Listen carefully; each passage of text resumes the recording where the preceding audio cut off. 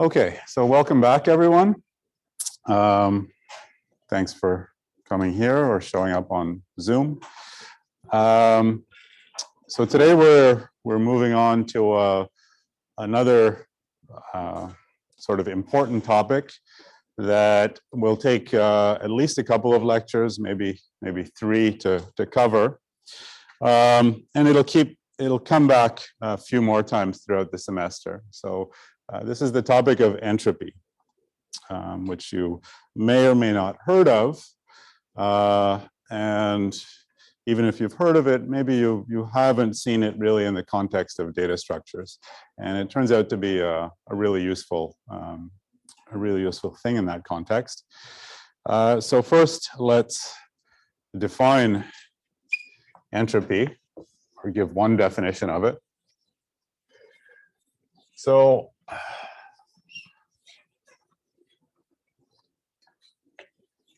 let's say that K1 through Kn is, I'll say, some set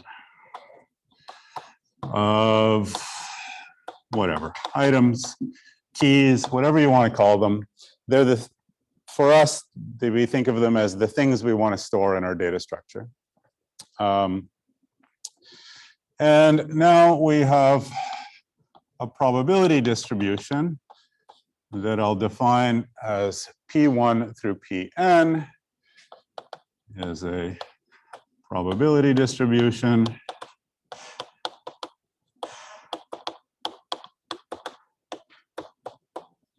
and what that means is that every Pi is bigger than or equal to 0, and the sum of the Pi's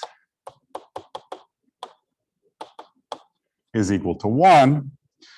And we think of this as Pi is the probability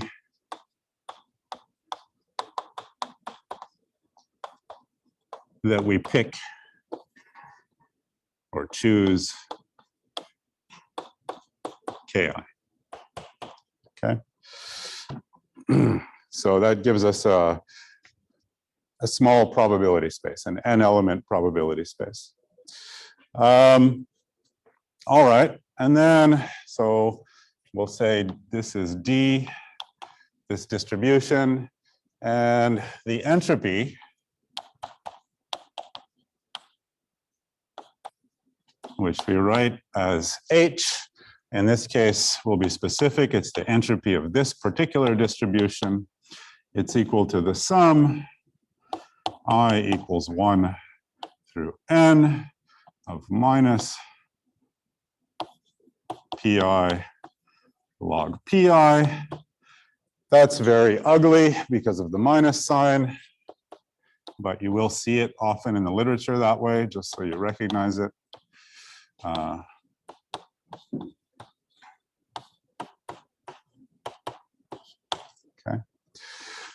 And that's just because minus log x is the log of 1 over x. Okay. So that's the definition of the entropy of a distribution over a finite set like this. Okay. Where does it come from? So it comes from coding theory, which goes back to 1950s or so. It was sort of invented by Claude Shannon, who had a famous student, Richard Hamming. Maybe you've heard of both of those names. But it's to capture, he was working for AT&T/Bell Labs at the time, and it was to capture information and communication. So imagine what you have is two people, Alice and Bob, and Alice wants to send a string, a message, which I'll call S1 to SM, so a sequence of things, to Bob. And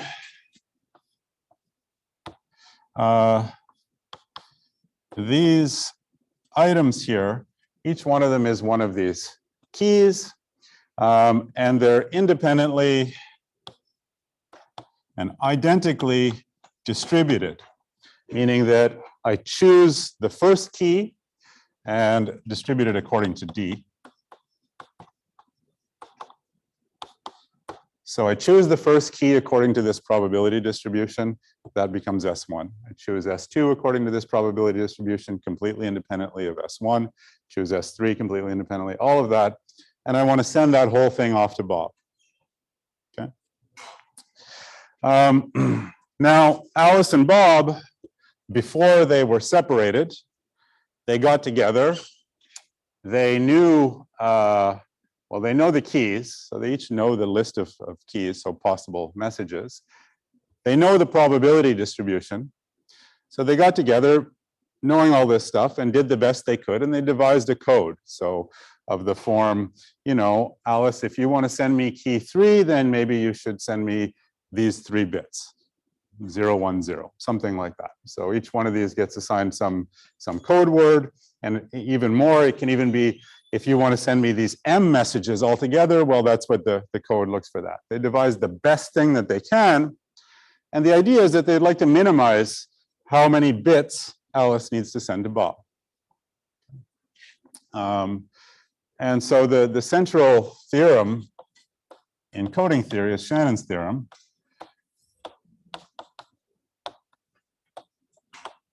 Which gives a limit to how good that code could possibly be. So Shannon's theorem says that for any code that they develop, the expected number of bits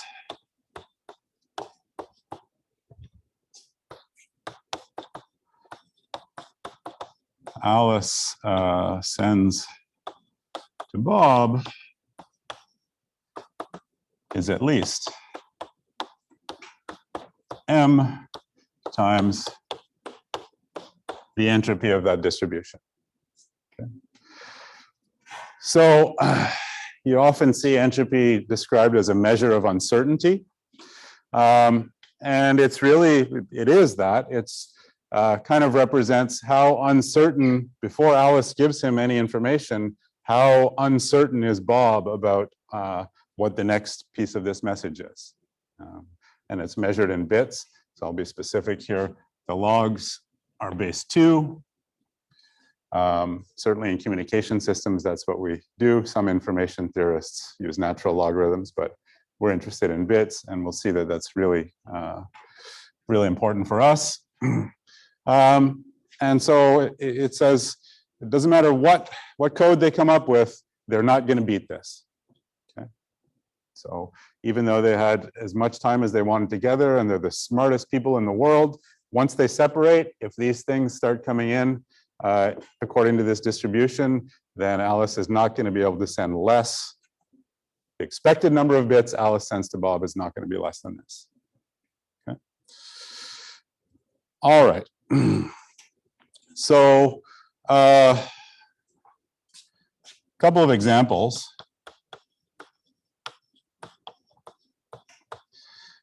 Classic one is the uniform distribution.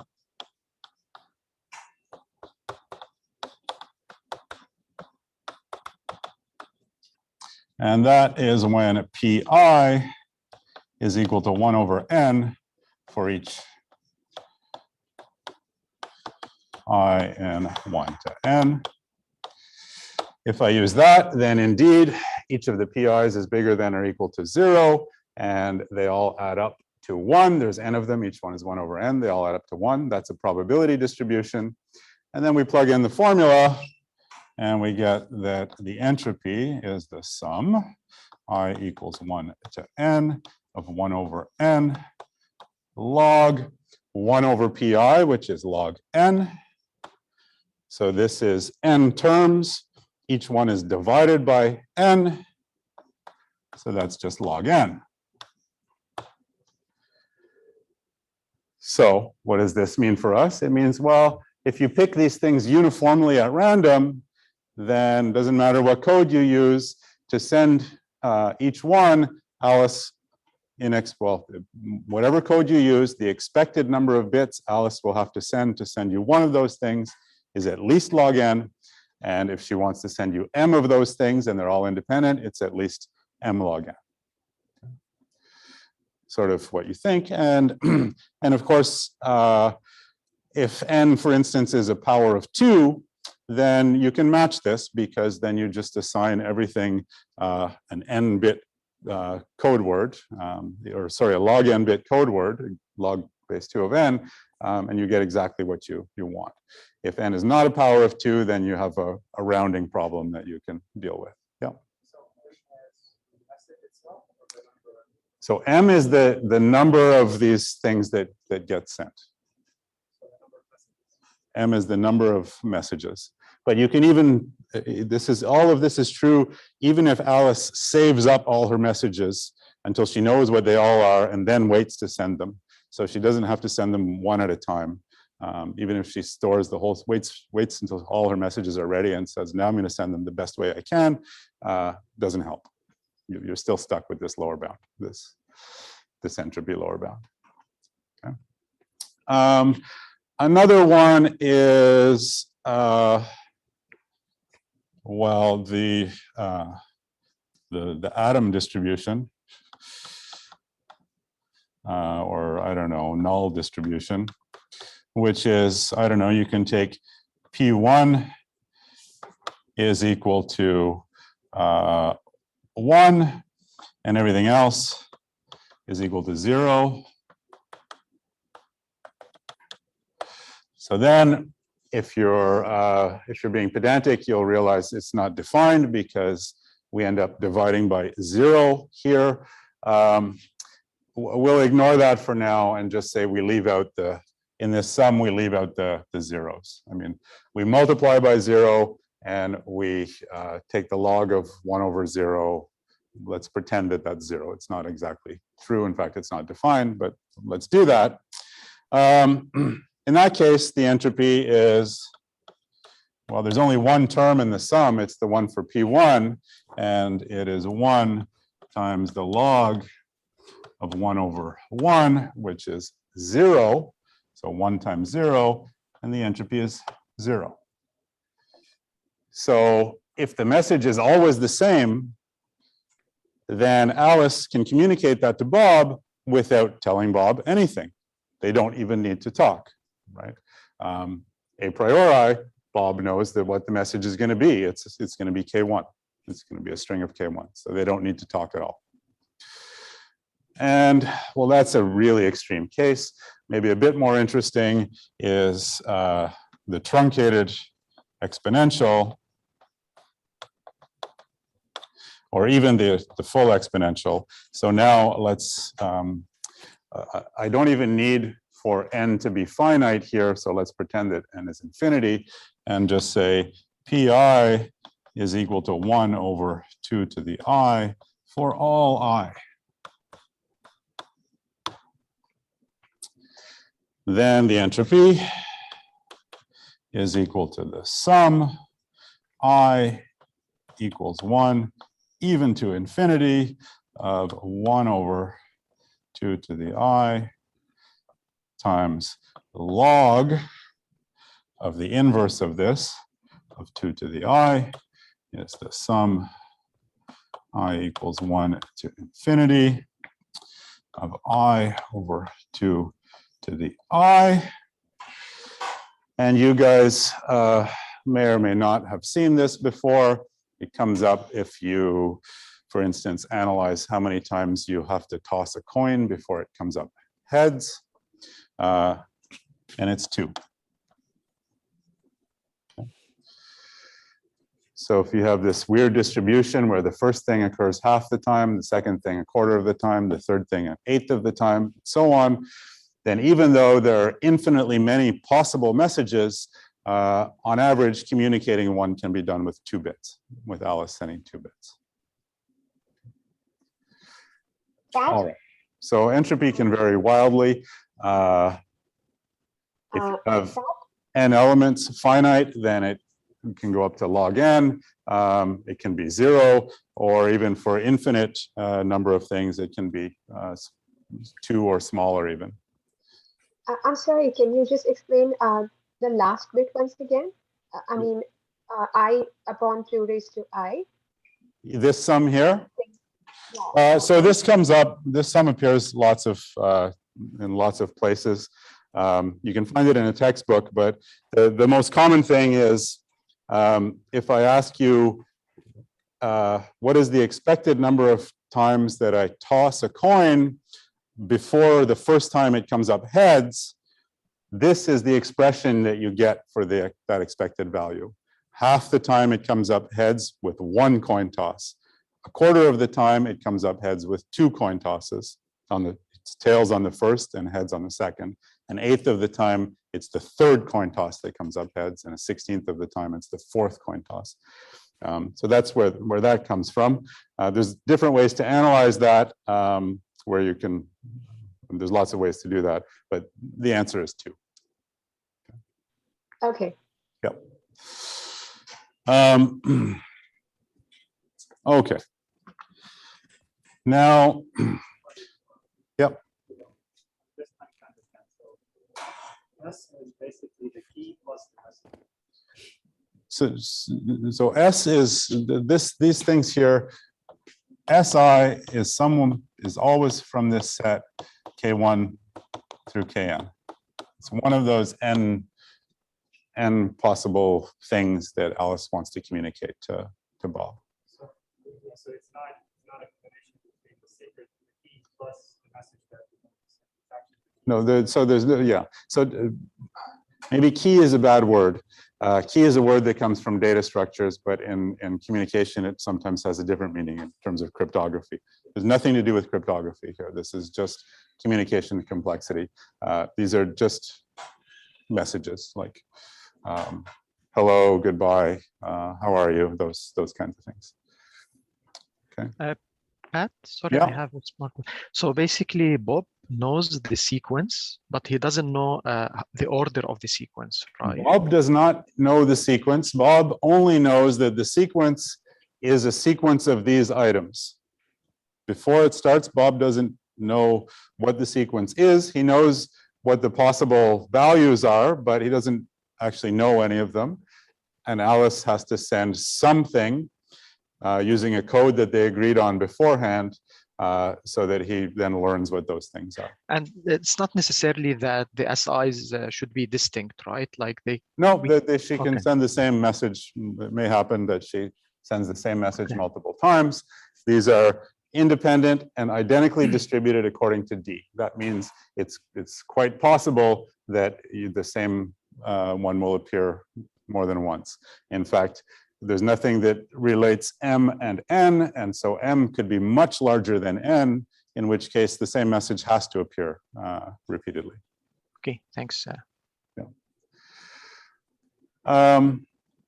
Okay, now what does all of this have to do with data structures?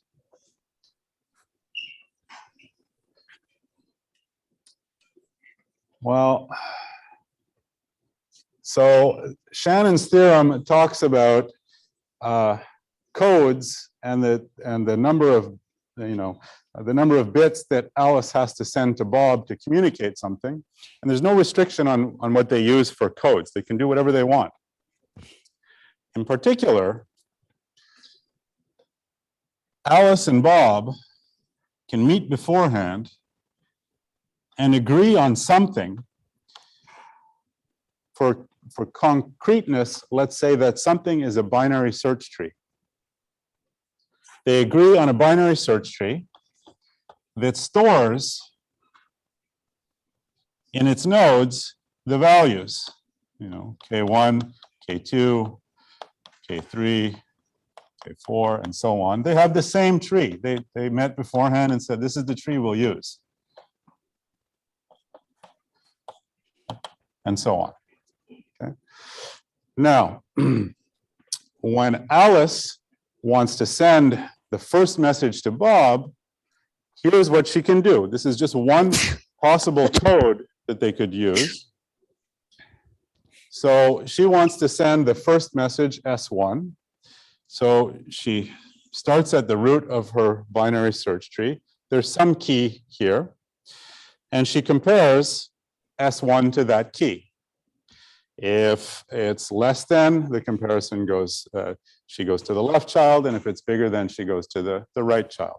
So for instance, and she can decide what that means. Less than means go left, bigger than means go right. And maybe in one case, Alice treats that like a 0 and the other one like a 1. Usually the convention is that left is 0 and right is 1. And then she does the next comparison of S1 to whatever is at this node, decides to go left or right. Maybe this time she goes right, so that's a 1, and then keeps going in this fashion until whatever comparisons that she's done lead her to this node that contains the value here. Okay, so they lead her to a node that contains S1, which is one of those keys. Okay.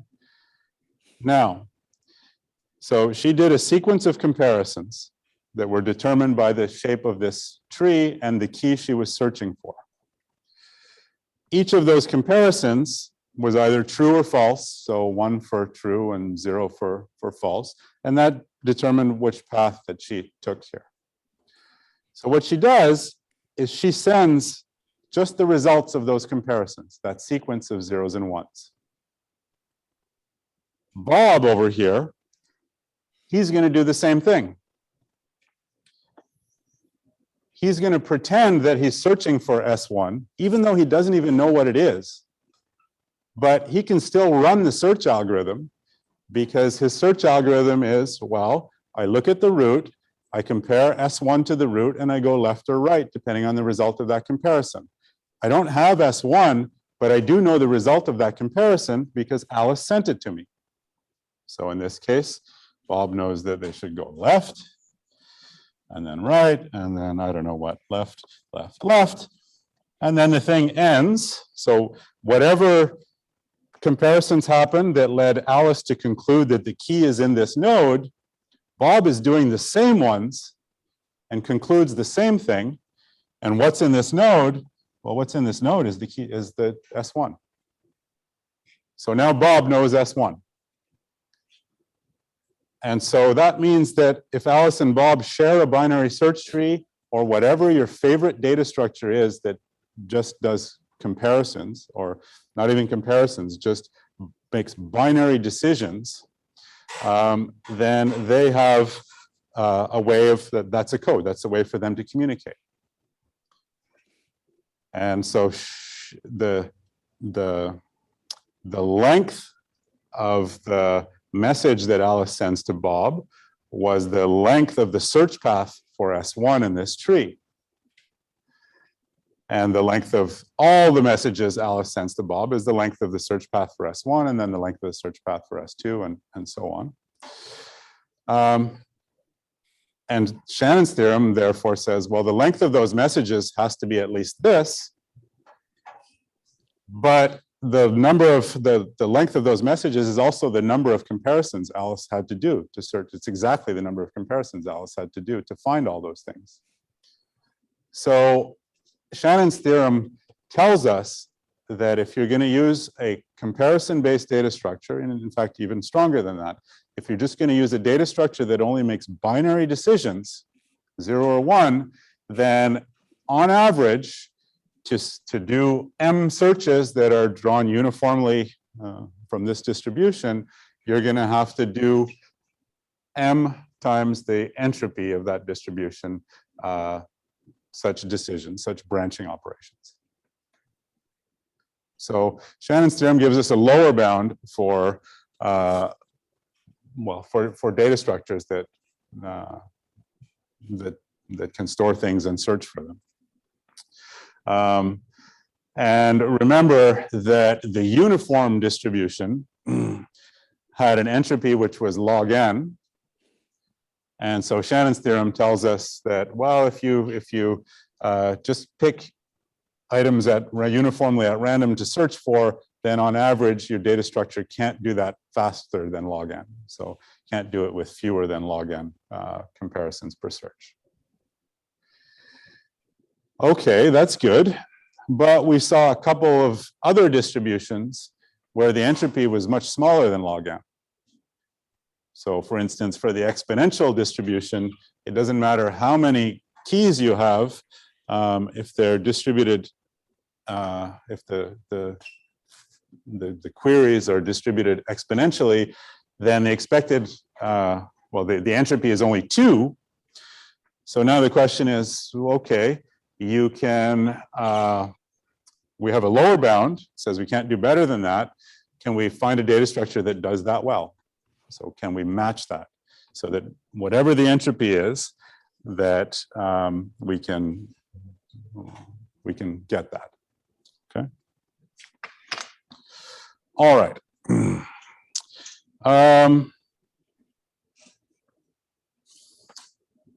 Good.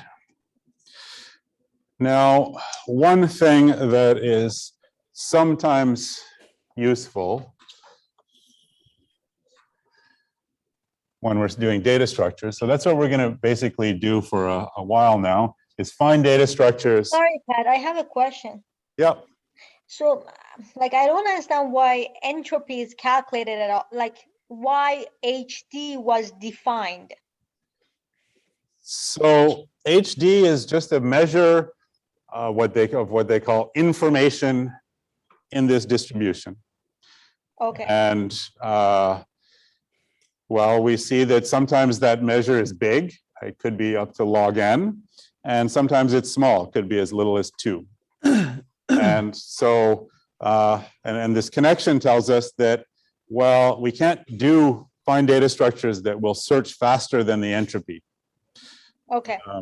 But since the entropy is sometimes small, and in particular, this is true in the real world a lot, right? Think of something like Google and all of the stuff that Google stores. Now, there are certainly things that Google stores that are much more popular and more accessed than other things that Google stores. For instance, my web page would be one of those low probability things on the list, whereas, I don't know, what's a popular web page? Gmail would be one of those high probability things. So if Google was designing a data structure for those kinds of searches, then somehow the probability associated with Gmail would be something big, maybe like 1 out of 100, and the probability associated with Pat Moran's web page would be something like 1 out of 1 billion. Okay. So the searches for Gmail should go faster, not necessarily because you want the user to get Gmail faster. They're both going to be very fast. But on Google's end, those searches use computing resources, and the ones for Gmail, because there's so many more of them, should use less computing resources. Okay. And in fact, this is basically saying the best you can hope for to minimize the average number of amount of computing you have to do to answer a search is the entropy of that distribution.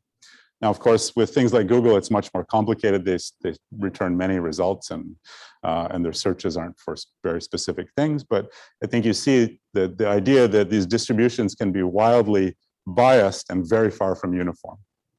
Yeah. So in this example, basically the tree, you could say that the tree represents The tree represents. for example, the English language, and then the more assertion for them. Yep, you could do that. And then the question is, well, how should the tree be organized to make the average length small? Probably the should be close to the root of the tree so that the encoding of the is short. So there you go. All right. Okay, and one little thing off to the side here is sometimes it's helpful to focus on a specific sequence S1 to SM and not think about randomness. So, let's say, then you get what's called empirical entropy. So if we say MI is equal to the number of occurrences of KI in S1 through SM. So that tells you how many times a particular key KI appears in there. Then you can think of MI over M. That, we call that the empirical entropy of KI. So even though there's not really any probability here, it's kind of like a probability, right? It's the fraction of queries that are equal to KI, which is like a little bit like the probability. And then the empirical entropy, it's the entropy of a sequence, is just the sum I equals 1 to n of the empirical probability, MI over M, what fraction of those searches are for KI, times log of 1 over the empirical probability, which is M over M.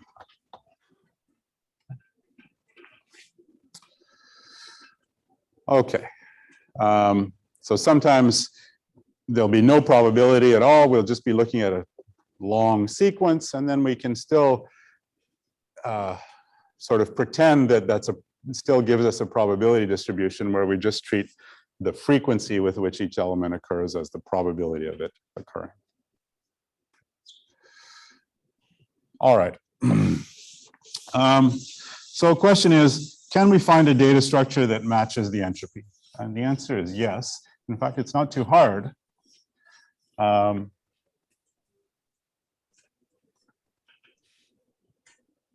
Okay, good.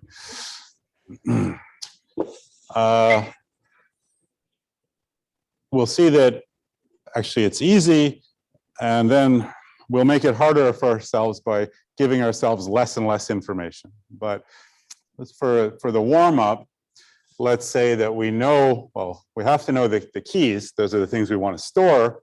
But we'll say that we also know the probability distribution. And just so we're all on the same page, let's say that the keys are named so that K1 is less than K2 is less than Kn. And then we have these probabilities, but we don't know if they're going up or down. They're all over the place. So we can build a binary search tree, in fact, that matches what we want, gives us what we want. And the way we do that is with so-called probability splitting. So we find I such that the sum of all the probabilities, so we're going to look for a specific key somewhere in here, Ki, where if I look at all the probabilities of the keys before that one, they add up to something less than or equal to 1/2. And all the probabilities of the keys that come after that one that are larger than that one, they also add up to something less than or equal to 1/2. Okay. And there'll always be such an I, because you can just imagine the following. Here's this 0, 1.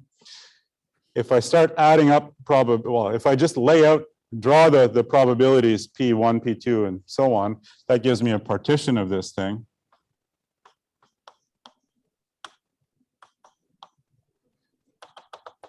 And it fills it up perfectly because probabilities sum to 1.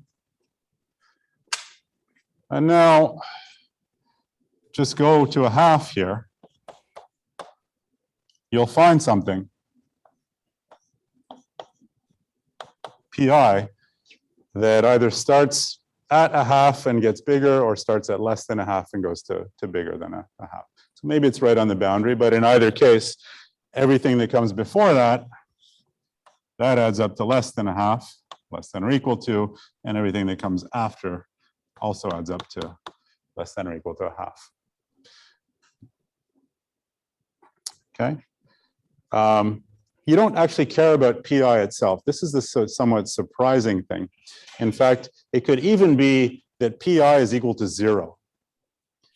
And what's surprising about that is you're going to take the key ki and you're going to make it the root of your binary search tree.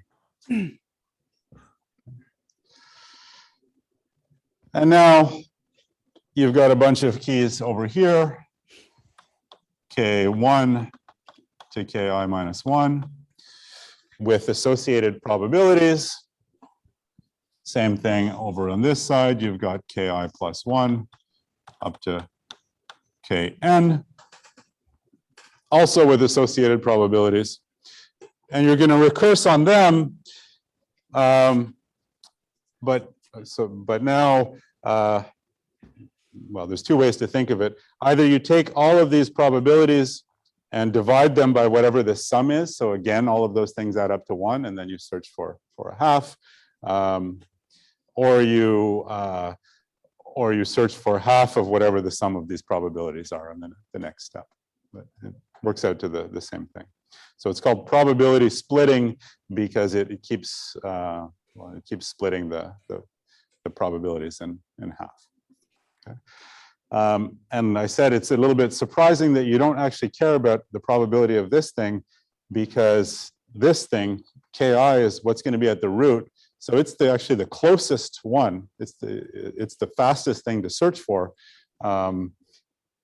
despite the fact that even if its probability is small, you don't care about its probability. You just care about how well it splits the space up.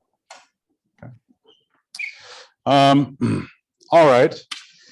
And now, if you think about this for a little bit, you'll realize that the probability of all the nodes over here is at most a half, and the probability of all the nodes over here is at most a half.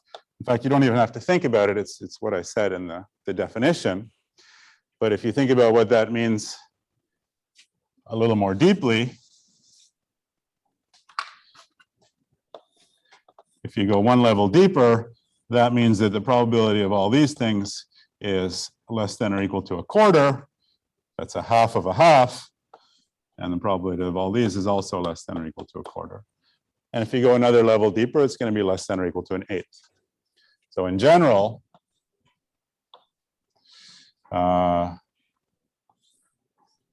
if you look at some subtree, I don't know, like this, inside your big tree, and it is at depth d, then the probability of everything in this subtree is less than or equal to 1 over 2 to the d. So you add up the probabilities of all the values stored in here, it's at most 1 over 2 to the d. And if what is stored here is the key ki, then of course ki is part of that sum. So that would mean that pi is less than or equal to 1 over 2 to the d. Forget about everything else in the sum, even, I mean, that by itself can't be bigger than the whole sum. Okay, so let's think about what that means. Write it another way. That's like saying pi is less than or equal to 1 over 2 to the depth of ki. Yeah. Now, that's the same thing as saying 1 over pi, so just invert everything, is bigger than or equal to 2 to the depth of ki, which is the same thing as saying log of 1 over pi is bigger than or equal to the depth of ki. Now, why do all that? Well, these are two things that we want to relate to each other. Log of 1 over pi shows up in this entropy, while in the depth, of course, is the depth of the node, how long it takes us to search for the key, ki. So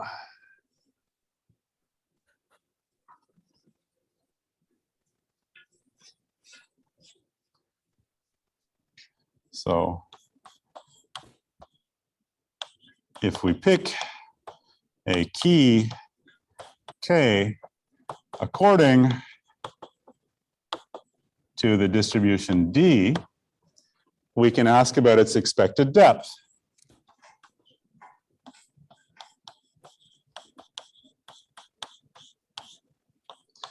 And the definition of expected value is you sum over all the possible, well, in this case, you sum over the possible choices of k. And you multiply, so this is I equals 1 to n. You multiply the probability of choosing that thing. So the probability of choosing ki is pi times the depth of that ki. Yeah. And that is less than or equal to I equals 1 to n of pi times the log of 1 over pi. Why? Because the log of 1 over pi is bigger than or equal to the depth of ki. Okay. And that's the entropy of that distribution. Okay. So the expected depth of a node in this tree is not more than the entropy of the distribution.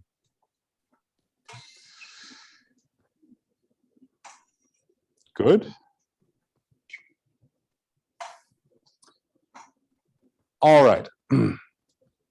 Now you might wonder a little bit, okay, something looks fishy because I get that the expected depth could be smaller than the entropy. And yet Shannon's theorem says, well, you can't somehow always you can't get anything smaller than the entropy for these codes. The sort of technical glitch here is, well, for instance, when I do a search in one of these trees, how do I know when to stop? Well, if I only ask if something is less than or greater than the key stored there, even if I found the key, I'll go left or right. So actually, in terms of comparisons, if you want to stop when you see the key that you're looking for, you would actually need to do an equality test or something there. That's an extra bit that you would have to send. You can be a little more clever than this. So that says you could do it, for instance, with 2 times the entropy by first checking if this is equal to what you're searching for, and then if not, deciding whether to go left or right. But you can be more clever than this and actually get so that the number of comparisons, not just the depth of the node, is the entropy plus 1. It's maybe an exercise for an assignment. Okay, so I think you see it's not too hard to get something that you can sort of match this entropy lower bound. I just have a small question. Yeah. So regarding, so we've chosen ki where everything before it is less than half and everything after it is less than or equal to half. Yeah. So in the second tree, So is it like the root of the second tree applies as well, the same thing? Or is it only for ki? You mean recursively?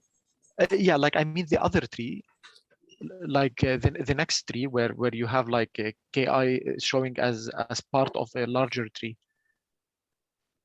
Yeah. Well, so Yeah. this picture here, this is supposed to be the key ki that splits the probability into something less than a half and something, well, also less than a half. I mean, two things that are each less than or equal to a half. So I think his question is, well, how about the root of a subtree? Is that the same thing? So the root of the subtree splits the total probability of these things into something that is each two parts, each of which is less than or equal to a half the total probability. Or if you like, maybe when you recurse here, you take each probability pj in here and you divide by the sum, which would be L equals 1 to I minus 1 of PL. So sum up all those probabilities, divide each one of those by that, then you get things which sum up to 1, and then you want the one that splits into half. Okay. Okay, what about the parent of ki? Because ki in the other tree, it doesn't look like it's the root. What other tree? So the one on the right where. Oh, no, sorry. This is just a notation conflict. This is just to say that for any particular node or any particular value, its depth is less than or equal to log of 1 over its probability. Okay. And that just comes from the fact that the probabilities are decreasing by a half at every step down. Okay, okay, I see. Okay. Yep. Yeah, so I didn't quite get that. Like, how would you go about searching? Oh, so the keys are sorted, K1, K2 up to Kn. So this is Ki somewhere. All these keys are smaller than Ki, so they go in the left subtree. So once you compare it to Ki, you either go left or right. And yeah, so that's sort of the trick. And what's a little bit interesting about it is someone's first intuition is to say, find the high probability things and put them at the root. But actually, they're not necessarily good choices, because if a high probability thing is over here at K1, then it's not great to put it at the root, right? Then you'll get if that keeps happening, you'll get a tree where everything goes off to the right. I mean, sometimes it's worth it, but only if this probability is really big. In fact, only if it's bigger than or equal to a half. Would that make sense? Okay. All right. So just a couple of things about this. How quickly can you build this thing?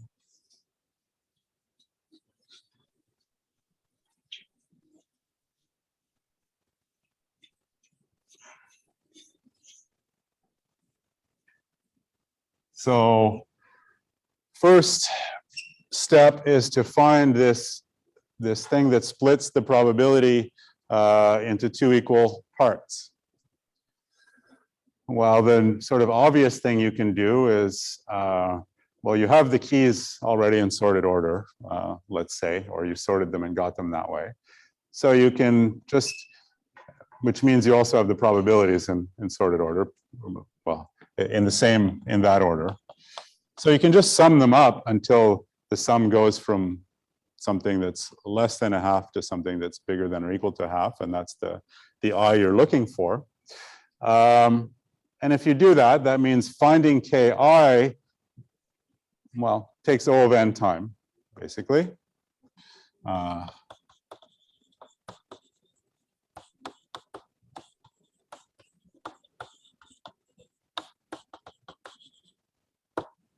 Then you recurse on K1 through Ki minus 1.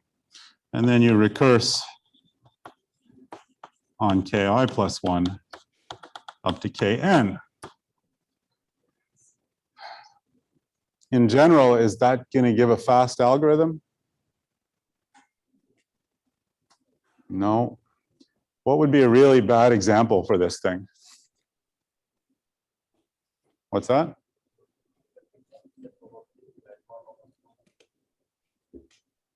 Yeah, in fact, the other way around.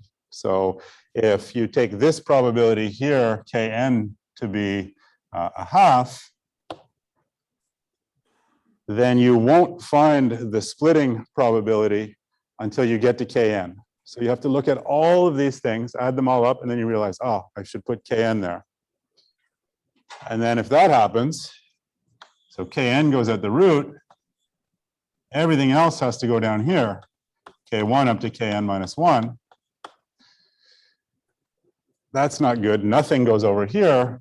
So you added up n things, you did O of n work, and now you still have a problem of size n minus 1 left to recurse on.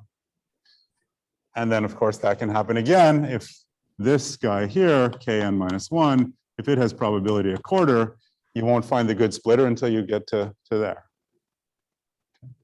That's not good.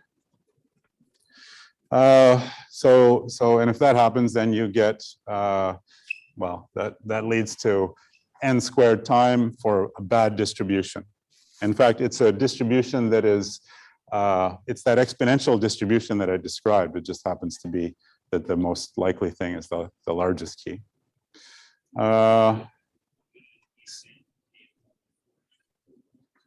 Do you need the keys to be sorted? Well, when you build a search structure, you are implicitly sorting the keys eventually anyway. So you do need them sorted either now or at some point during this thing.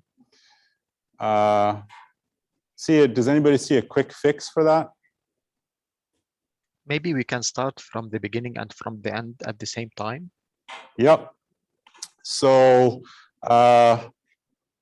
you could simultaneously, or in parallel or interleaving, start computing the sum in this direction and start computing the sum in this direction and stop when the first one reaches a half.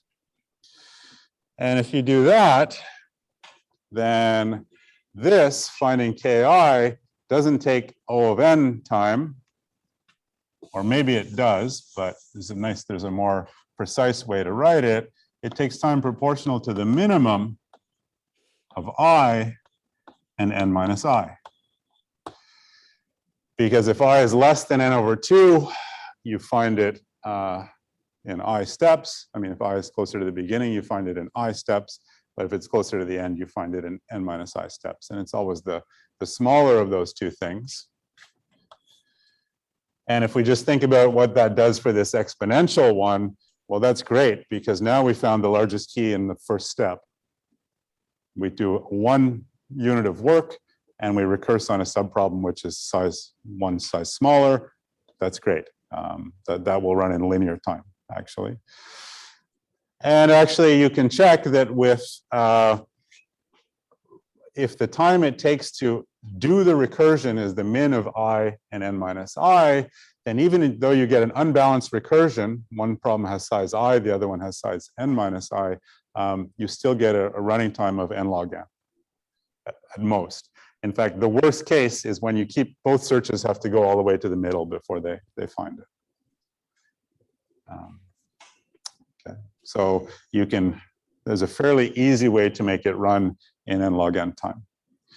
And in fact, if the keys are already sorted, you can do even, and you don't have to sort them yourself beforehand, you can even do better than that.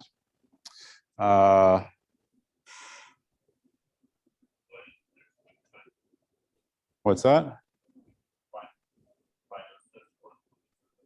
So you do, so binary search won't help for the same reason. Well, it won't help. Binary search will get you to n log n, but it won't get you to linear time for the same reason as before, that the binary search, well, actually, it won't help no matter what. But the main point is that well, just think of this example here. Binary searching, even for the largest key, takes log n steps. And then the next time you're searching, again, it's going to be another log n minus 1 and log n minus 2. That'll add up to n log n. But what does work, I won't go into it in great detail, is, well, first you create an array that has the probabilities not just the probabilities one at a time, but this cumulative sum. So the first entry is P1, but the second entry is P1 plus P2. Third entry is P1 plus P2 plus P3. It's called the prefix sum array. And now when you want to do your searching, you search simultaneously from the beginning and from the end, but you do what's called an exponential search. So you check this one, then if that's not big enough, you skip ahead by 2. If that's not big enough, you skip ahead by 4, until eventually you get something that's too big, and then you do a binary search in between the last two things. You have to do that simultaneously from both directions. And then instead of this thing being O of the min of this and this, it's O of the log of the min of that and that. And that is enough to give you something that runs in linear time. But that's really somehow gilding the lily. Probably that's only helpful if for some reason you already had the keys sorted. Otherwise, you're going to have to spend n log n time sorting them anyway. All right, so that was easy, maybe a little bit too easy. What if we don't know these probabilities? Or if we don't know everything about these probabilities? What if instead, now it's going to be a little bit weird.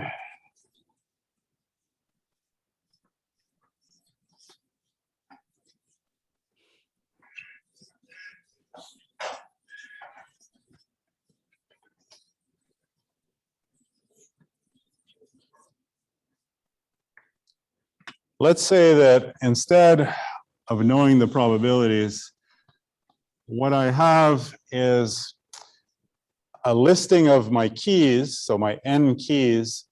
I have that in decreasing order of probability. So first one is the most commonly searched one, the second one is the second most commonly searched one, and so on. How you could get such a thing, don't worry about that for now. We'll see that eventually we don't even need that, but let's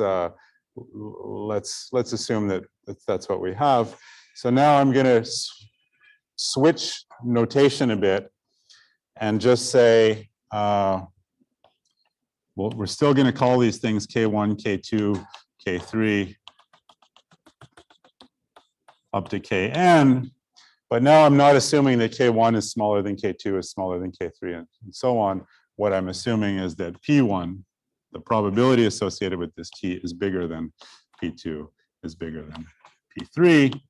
But that doesn't mean that they're in sorted order or reverse, that the probability, the ordering of the probabilities has anything to do with the ordering of the keys.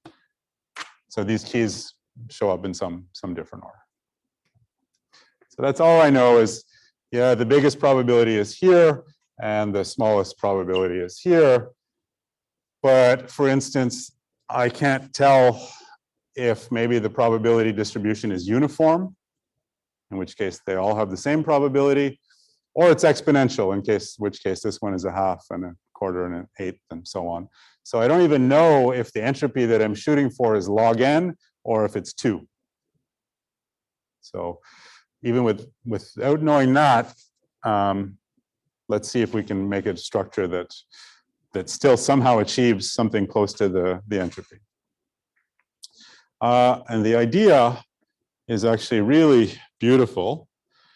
What we're going to do is we're going to partition this thing into groups.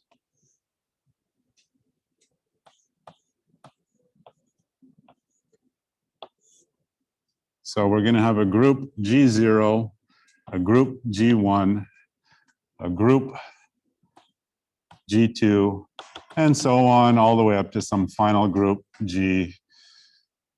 And the groups are getting bigger and bigger. Okay. And G0 has key 1 and key 2. G1 has key 3, key 4, key 5, key 6, key 7. So that's 2 keys go in this group, 4 keys go in this group. How many keys do you think go in this group? It's a good guess, 8. But it's wrong. So if it was 2, 4, 8, 16, and so on, we'll see that that wouldn't work, or maybe we won't see it, but we'll see what does work. It's actually, we're going to use the size of the group I is equal to 2 to the 2 to the I. Okay. And another way to think of that, another way to write that, that's equal to the size of the group I minus 1 squared. So the reason we went 2 to 4 is because 2 squared is 4, but 4 squared now is 16. 16 squared is 256, and 256 squared is 65,536, and so on. Next one is about 4 billion, right? Not a lot of groups. Okay, so that's the plan. And what are we going to do? Well, each group is just sorted.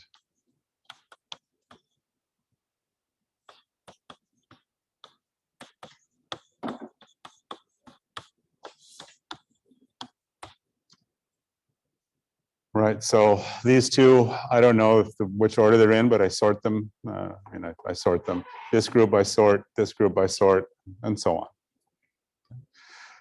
And now the search algorithm is kind of obvious. You're going to start by searching for what you're looking for in group 0. If you find it, great, you stop. And if you don't find it, then you'll look in group 1. If you don't find it there, you'll look in group 2. If you don't find it there, you'll look in group 3, and so on. Okay. So let's see how that works. So what can we say? So suppose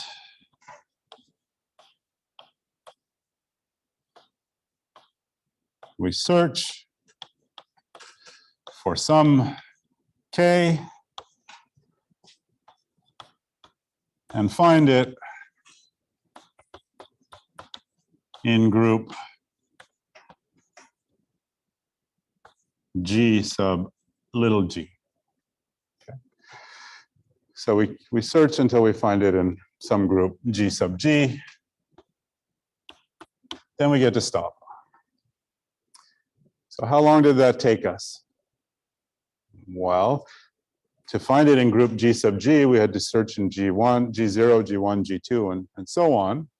So that tells us that the search time is the sum I equals 0 to G of something that is proportional to the log of the size of Gi,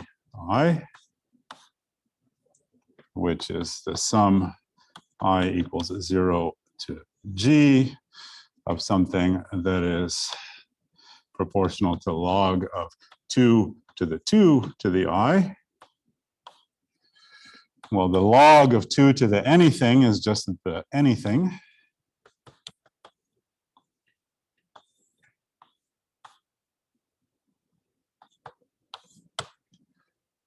So what we have here is a sum of 1 plus 2 plus 4 plus 8 plus 16, and so on, finishing with the 2 to the G. And well, we know that those sums, when it keeps doubling, then actually the whole thing is dominated by the last term. It's not more than twice the last term. So that's just O of 2 to the G. Okay. Good. So that's how long it takes to search. What does any of this have to do with probabilities? Who knows? Let's see. So what can you tell me then about the probability of this guy?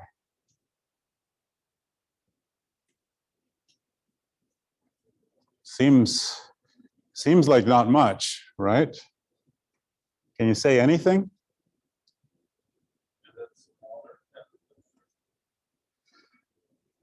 Okay, that's a good idea. I know that it is smaller than all these, each of these probabilities, right? If I find it in group GG, that's because it's smaller than everything in all of these other groups. Each is smaller than each thing in each of these other groups, okay? And in particular, it's even smaller than everything in this group, just the group that came just before it, okay? So let's think about what this means. This means that the probability of K, I'm kind of cheating with the notation here. It should be a Ki, but there's already too many i's on the board. This should also be some Ki, but the probability of that key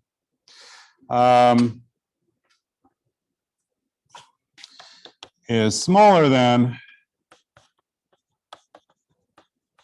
everything, every key, or each key in G sub G minus 1. And how many keys are in G sub G minus 1? There are 2 to the 2 to the G minus 1 of those keys. Okay. So my probability is smaller than each of those. And those things, they don't add up to more than 1. So if you think about that, that means the smallest one of them has to be at most 1 over the number of those things, right? Even if they all had the same probability, that's still true that they can't add up to more than 1. And so the smallest one has to be at most 1 over the number of things in this group. In fact, it has to be the guy of rank, the key at this position has to be at most 1 over the number of keys in all these other positions. Otherwise, their probabilities would add up to more than 1. Okay. That's great.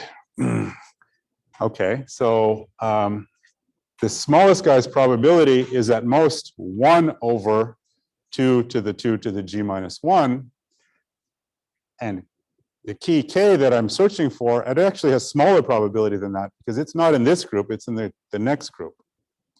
Okay, so that says PK is less than or equal to 1 over 2 to the 2 to the G minus 1. That means that the log of 1 over PK, remember that's the thing that entropy is concerned with, is bigger than or equal to the log of 2 to the 2 to the G minus 1, which is 2 to the G minus 1, which is equal to 1/2 times 2 to the G.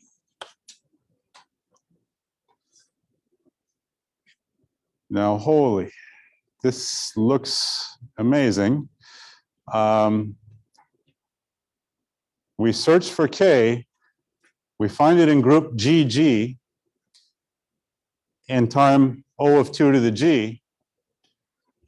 And what we know is that the log of 1 over the probability of that thing is at least 1/2 2 to the G. So the time it took us to search for it is a constant times that thing that says the time that we should spend searching for it according to the entropy formula. Okay. So again, that tells us that the expected time to search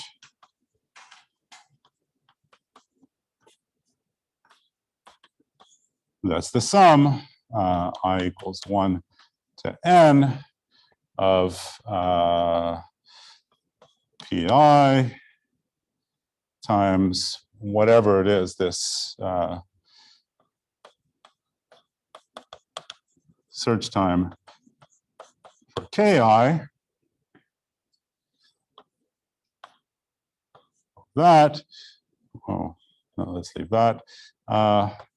And what we just showed is that the search time for this key is proportional to the log of 1 over its probability.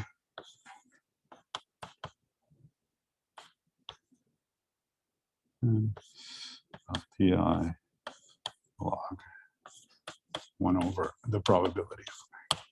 Okay. Big O. Okay, so again, we didn't know the probabilities.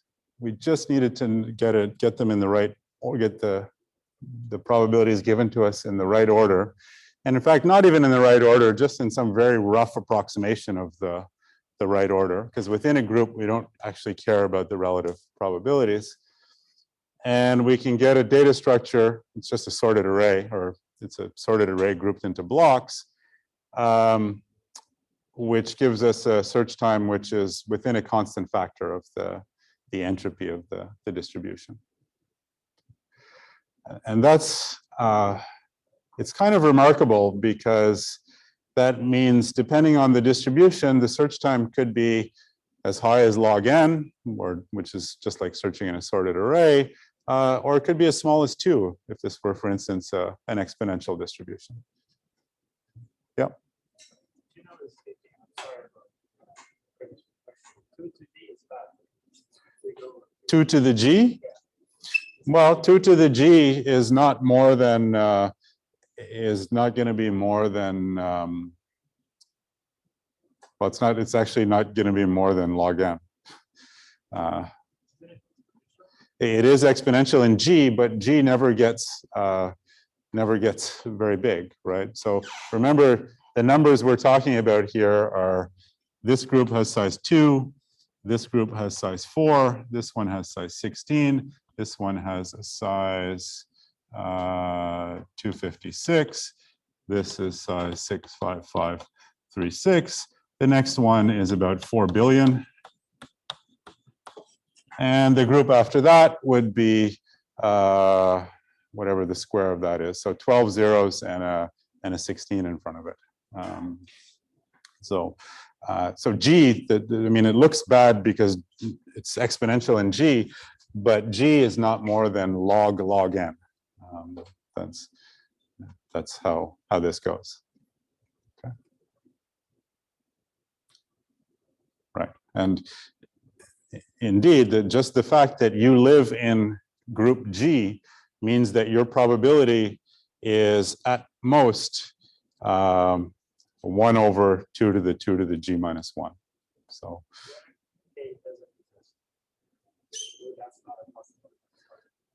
so if you search for something that's not in the array, then you'll search all the groups and stop.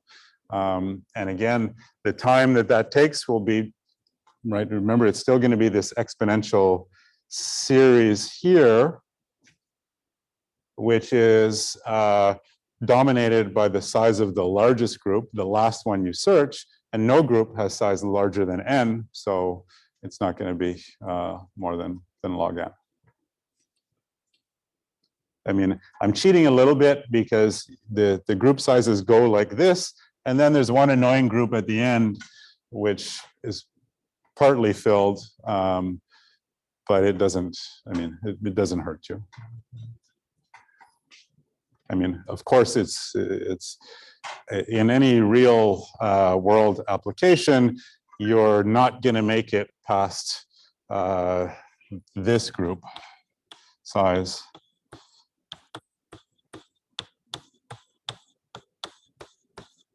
Right. So how many groups is that? That's we have the 0, 1, 2, 3, 4, 5, 6. So you get 6 of them. So it's really fooling around a little bit with the asymptotics here, but it's still a nice nice idea. Okay. So next class we will see how we can, so really in this class we hardly did data structures at all. I mean, we did a static binary search tree built on the probabilities with this probability splitting. And then our second data structure was even more trivial. It was an array broken up into blocks, and each block is sorted. What we'll see next class is even if we don't know the probabilities at all, we can still build a data structure that gives us search times that are related to the entropy. So in particular, even if there's no probability going on, we'll get average search times that are like this empirical entropy. So it just has to do with how frequently you access certain elements. If it's very skewed, some elements are more common than others, then it'll do well no matter what, even if they're not random or anything. Okay, but that's a good place to leave it for today. I have a couple of kids at home by themselves who probably are getting hungry or something. I should go collect them.